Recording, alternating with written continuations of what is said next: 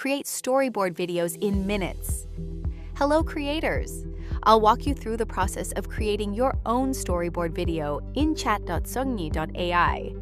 Upload the character that will appear in your storyboard, or describe how you want the character to look. Confirm the generation cost. Watch what the Sogni agent is doing, or in the meantime, you can turn on Sogni TV.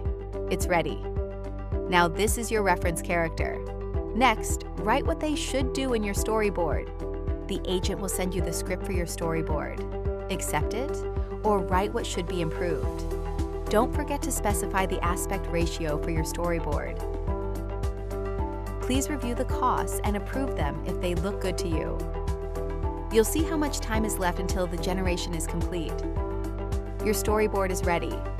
Take a close look, and if you don't want any more changes, click the Looks Good button. The cost confirmation window will appear again before the generation starts. The agent will automatically select Seedance 2.0 as the model used to run the task. Your video based on the generated storyboard is ready. Modify it as many times as you want. Morning, fresh start. Bubble time. Mask on, ponytail secure. Serum, moisturizer, glow up. Coffee first, breakfast second.